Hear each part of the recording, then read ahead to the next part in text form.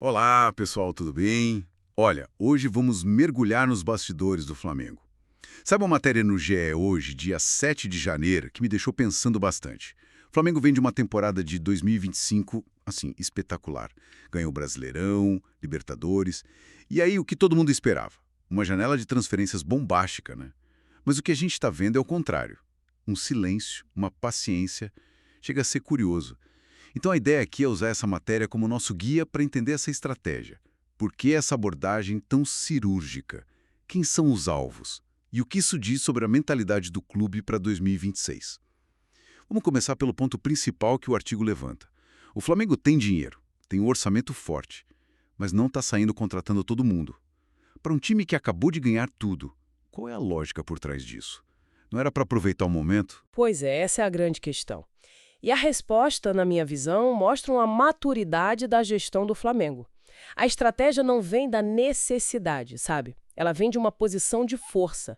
A base de tudo é a confiança no elenco que já é campeão. Certo. E isso reflete uma tendência que a gente vê nos gigantes da Europa. Aquela era de contratar 7, 8 jogadores por janela. Acabou. O Flamengo está agindo como um clube europeu consolidado, não só como uma potência sul-americana. Essa comparação com a Europa é muito boa, faz todo sentido. Mas para isso funcionar, não basta só confiar no elenco, tem que segurar as peças, né? O assédio deve ser gigante. Exatamente. E a matéria deixa isso bem claro. A diretoria só vai conversar se a proposta for, como se diz no futebol, irrecusável. A famosa proposta irrecusável. Isso. A mentalidade é de fortalecer, de botar a cereja no bolo e não de refazer a receita toda.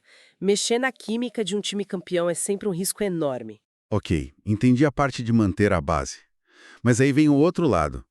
Se a ideia é trazer essas cerejas, esses 2 ou 3 reforços que o artigo fala, como é que se abre espaço para eles? Tanto espaço no elenco, que já é cheio, quanto na folha salarial, que deve ser a maior do Brasil, né? Aí é que entra a gestão ativa do elenco. Não é só sobre comprar bem, tem que saber a hora de vender ou de liberar. E nisso o clube está sendo bem proativo. Jun cita os exemplos do lateral Vinha e do atacante Juninho, que já saíram. Eram jogadores que não estavam nos planos principais do Felipe Luiz e que abrem um espaço importante.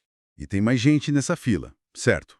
A matéria fala em Alan e Michael. Exato. E são situações um pouco diferentes. O Michael pode render uma boa grana numa venda. Já o Alan, com essa negociação rolando com o São Paulo, é um caso bem interessante. Mas aí eu te pergunto, vender um volante como o Alan, mesmo que seja para abrir espaço, não é um risco. É um jogador de rotação, importante numa temporada que vai ser longa, com Copa do Mundo no meio. É um risco, mas um risco calculado. A diretoria e a comissão técnica estão apostando que o elenco tem profundidade para segurar essa saída ou que o reforço que vier vai trazer um ganho que compensa. É aquela aposta na qualidade e não na quantidade. Eles preferem ter 25 jogadores de altíssimo nível do que 30 com algumas peças que talvez não entreguem tanto. É uma otimização, sabe? Entendi. Uma aposta de risco, mas com um retorno potencial bem alto. E essa precisão já deu resultado. O primeiro reforço de 2026 está fechado. O zagueiro Vitão, que veio do Inter, contrato até 2029. Isso já resolve uma parte do problema. E o Vitão é um zagueiro de primeira linha, titular no Inter, chega para brigar pela posição, sem dúvida. Com ele garantido, o foco agora se volta para as outras 2 prioridades que o Felipe Luiz pediu, segundo a fonte: um goleiro e um atacante. Vamos falar do goleiro, então. Porque aí o negócio parece um quebra-cabeças. O alvo é o Gabriel Brazão, do Santos. Mas a negociação não está simples, né? De jeito nenhum. E esse caso é um ótimo exemplo de como o mercado é complexo. Primeiro tem o Santos. A matéria diz que eles estão fazendo jogo duro. O clássico, né? O clássico: ninguém quer vender um bom jogador, ainda mais um goleiro promissor, de graça para um rival direto. Com certeza. Mas o que eu achei mais curioso foi o lado do jogador. O artigo diz que o próprio Brazão está avaliando a concorrência com o Rossi. Isso é surpreendente. A chance de jogar no time campeão de tudo. É surpreendente, mas é muito inteligente da parte dele. Mostra um planejamento de carreira.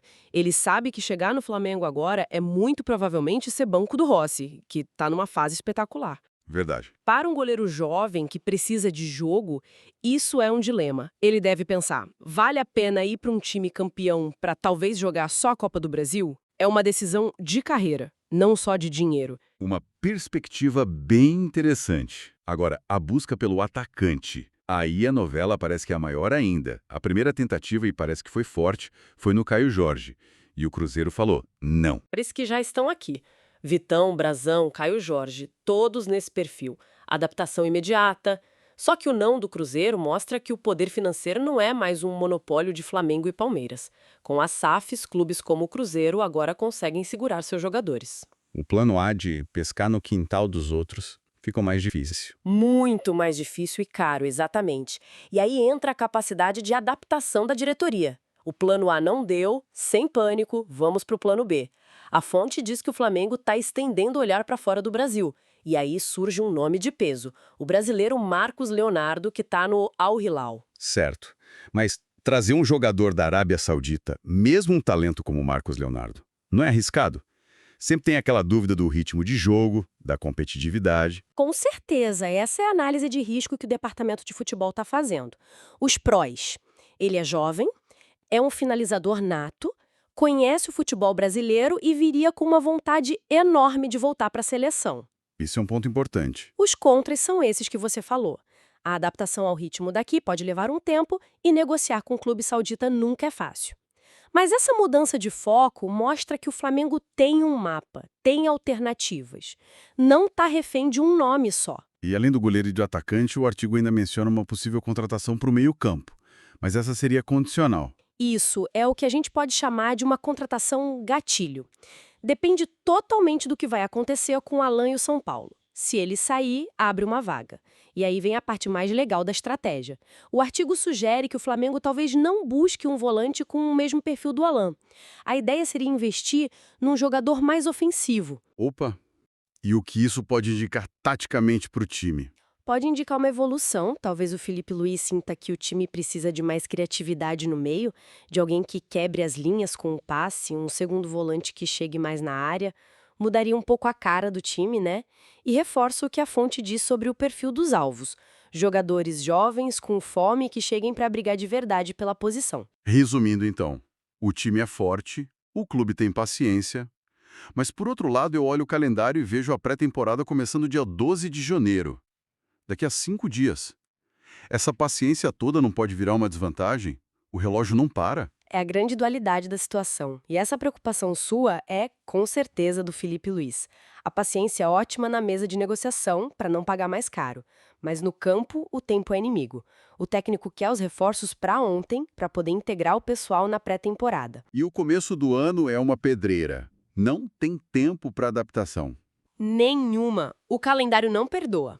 A estreia no Brasileirão é dia 28 de janeiro, fora de casa contra o São Paulo. E 4 dias depois, dia 2 de fevereiro, já tem final. A Supercopa. Supercopa do Brasil contra o Corinthians. Jogo valendo taça. Chegar para esses jogos com um time incompleto ou com reforços sem ritmo é um risco gigantesco. Então essa paciência tem sim uma data para acabar e tá bem perto. Então, amarrando tudo isso, o que essa janela nos diz sobre o Flamengo de 2026? A imagem que fica é a de um campeão que sabe o que quer, que age com frieza, focando em qualidade, não em quantidade. Perfeito. A estratégia do Flamengo é um luxo que só o sucesso recente permite. Eles não estão tapando buracos, estão fazendo um upgrade numa máquina que já funciona muito bem.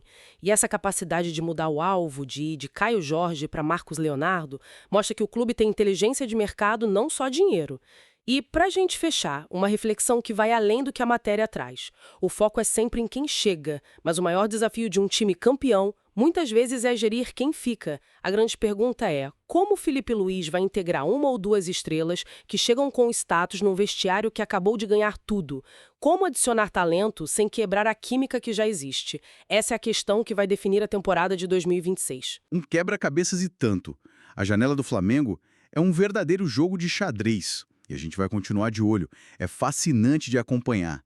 E se você curtiu essas análises, essa nossa tentativa de entender a estratégia por trás dos boatos, não esquece de deixar o seu like, compartilhar com quem também gosta do mercado da bola e, o mais importante, se inscrever aqui no canal para não perder as próximas. O apoio de vocês é fundamental. Muito obrigado pela companhia e até a próxima.